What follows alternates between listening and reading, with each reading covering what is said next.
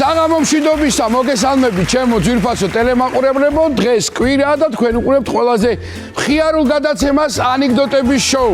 ესე იგი, არაჩვეულებრივი ბიჭები ვიყავთ თან ჭარბი რაოდენობით, თავის საქმის პროფესიონალები, არაჩვეულებრივი მომღერლები, არაჩვეულებრივი ჯგუფი. მოკლედ პირდაპირ წარმოვიდგენთ ჯგუფი შარა. დღეს ახლა აი ამ მომენტში, ბოდიში ჯგუფი შარა ეხლა არასრული შემადგენლობით, ხოლო სიმღერების დროს გამრავლდებიან და ღმერთმა კარგად ამყოფენ. არასრული შემადგენლობა მოკლედ ლევან მებონია, გიორგი ძაძამია, გიორგი შანავა და ლუკა მებონია. ლევან მებონია, გიორგი შანავა, ლუკა მებონია და გიორგი ძაძამია.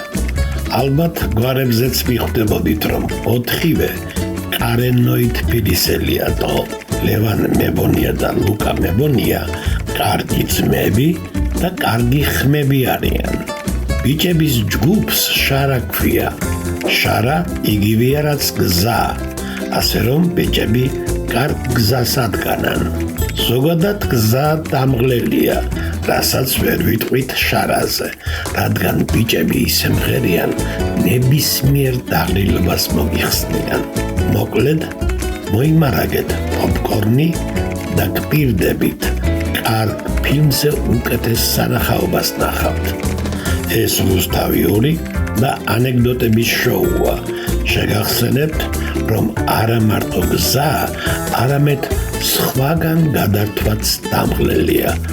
დარჩით ჩვენთან. ხო, სტუდიაში.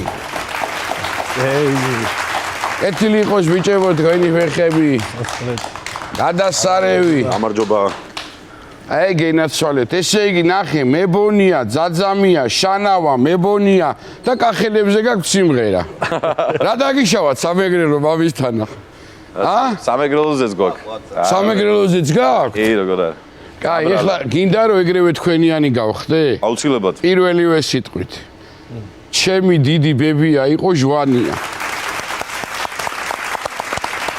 არ ვიცოდით, ამას თელს საქართველოს უმალავდით ალბათ აქამდე და რატო უმალავდი? ყველგან ვამბობდი და იმიტოა რომ ყველას უკიდა შენ სადაც მოხდები, რატო ამბობ რომ იქ აურიხარო და თქვენ არ იცოდით ამის შესახებ. თუმცა არ ვიცი ხა, მეგრული წინადადებაში მესმის და გინდება კარგად მესმის.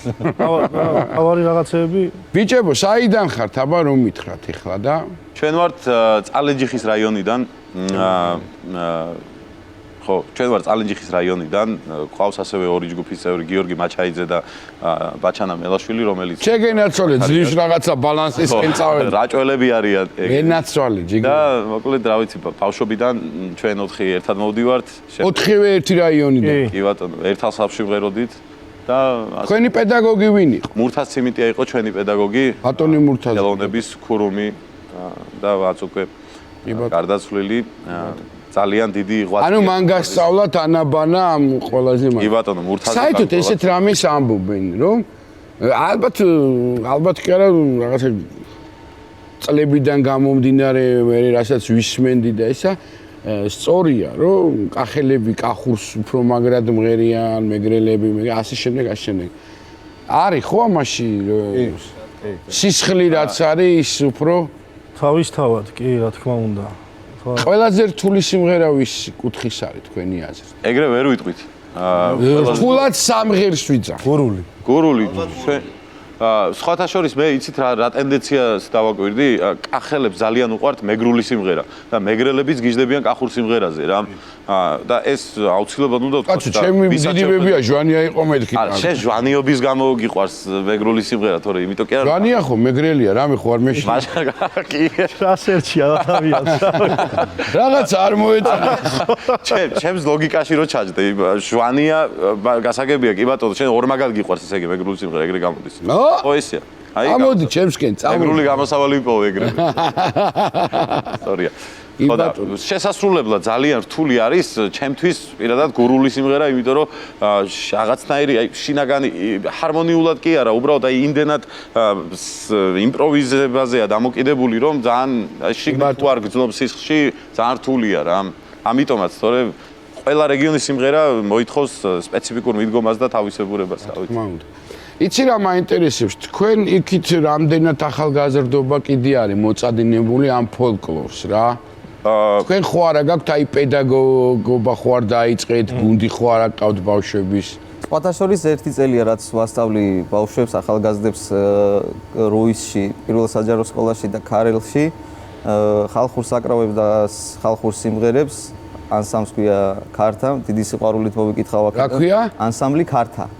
ქართლი. მოკითხვა. ქართლებს ამ მაგარი ხალხია გიждები. თქვენც რაღაც ლევანიც მეც ვასწავლი იმას სოხუმის დიმიტრი არაყიშვილის სამუსიკო სასწავლებელში, ჩიტაიას ქუჩაზეა, ხუთაშვილის აქვე არის თბილისში. მარჯანიშვილზე, მაგრამ შენ ლუკა საერთოდ გაცდი ხო?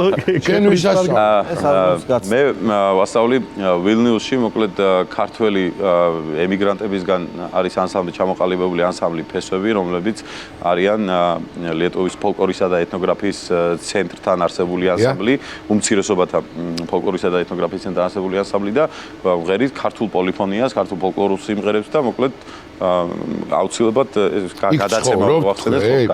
არა, პერიოდულად ჩავდივარ გეგმიურად წელიწადში 3 ჯერ და დისტანციურად გვაქვს. ამის გამო ჩადიხართ ხო? კი, ამის გამო ჩავდივარ და ამავდროულად გვაქვს საერთაშორისო ფესტივალები, სადაც ქართულ ანსამბლებს უწყობთ ხელს, რომ ჩამოვიდნენ, იმღერონ, წარმოაჩინონ თავიანთი კულტურა, შემოქმედება და მოკლედ ძალიან დიდი გამოცდილება გვაქვს. აიც მეგრული ალღოა სადაგა გაჭირდა.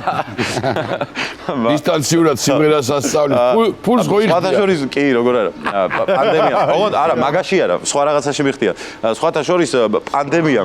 ბიჭო, არა, ეგ სხვა რამეა, სხვა რაღაცაში ხა დეტალებში რომ მოყვე, მე მეთოდისტი ვარ ერთ-ერთ მუსიკალურ სასწავლებელში და იქიდან მაქვს ხელფასი, მაგრამ ეს არის უფრო მეტად რაღაცა ქართველურ, ესე თქვა, დამოკიდებულებაზე აგებული ურთიერთობა და ანსამბლი და ეს ხუმრობთ ეხა ჩვენ ხო ისე გადაცემაში ვართ, რაღაცა უნდა ვიხუმროთ.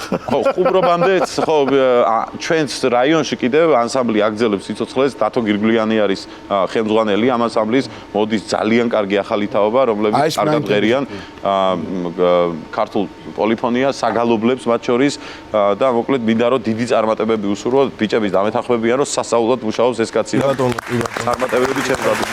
ყველაზე რთულად სამღერი მეგრული სიმღერა. ვიცი, აი თუ არაფერი არ გიწევს. არა, ანუ ეგრე არ არის. თქვენ რას ფიქრობთ? მაშინ ყველაზე საყვარელი შეიძლება. რომლის მღერაც გიყვართ? მე პირადად გამოვარჩევდი მეგრულ ნანას. ასე ბანალურ პასუხს არ ჩვენ რა სიმღერები გაქვთ დღეს მოტანილი? ყველას უყურს მეგრულ. თქვენთან ვიმღერებთ კახეთ მაუთხრა სტუმარსას. კობა ხავაზიშვილის ტექსტი არის ამ სიმღერაში და მელოდია კიდე საყოველთაოდ ცნობილი მელოდია არის იქიდან. კი ბატონო და ბატონი ჭაბუკ ამირაშვილის არანჟირებით არის. და კინოფილმიდან რო არა? ხო, ისა რა ქვია კაცო? აი, ხმამა ფანდურუს ის არის რა ქვია ინტერპრეტაცია და მეორე სიმღერა არის ჯანაია, ესეც ყველასთვის ცნობილი ჩვენებური.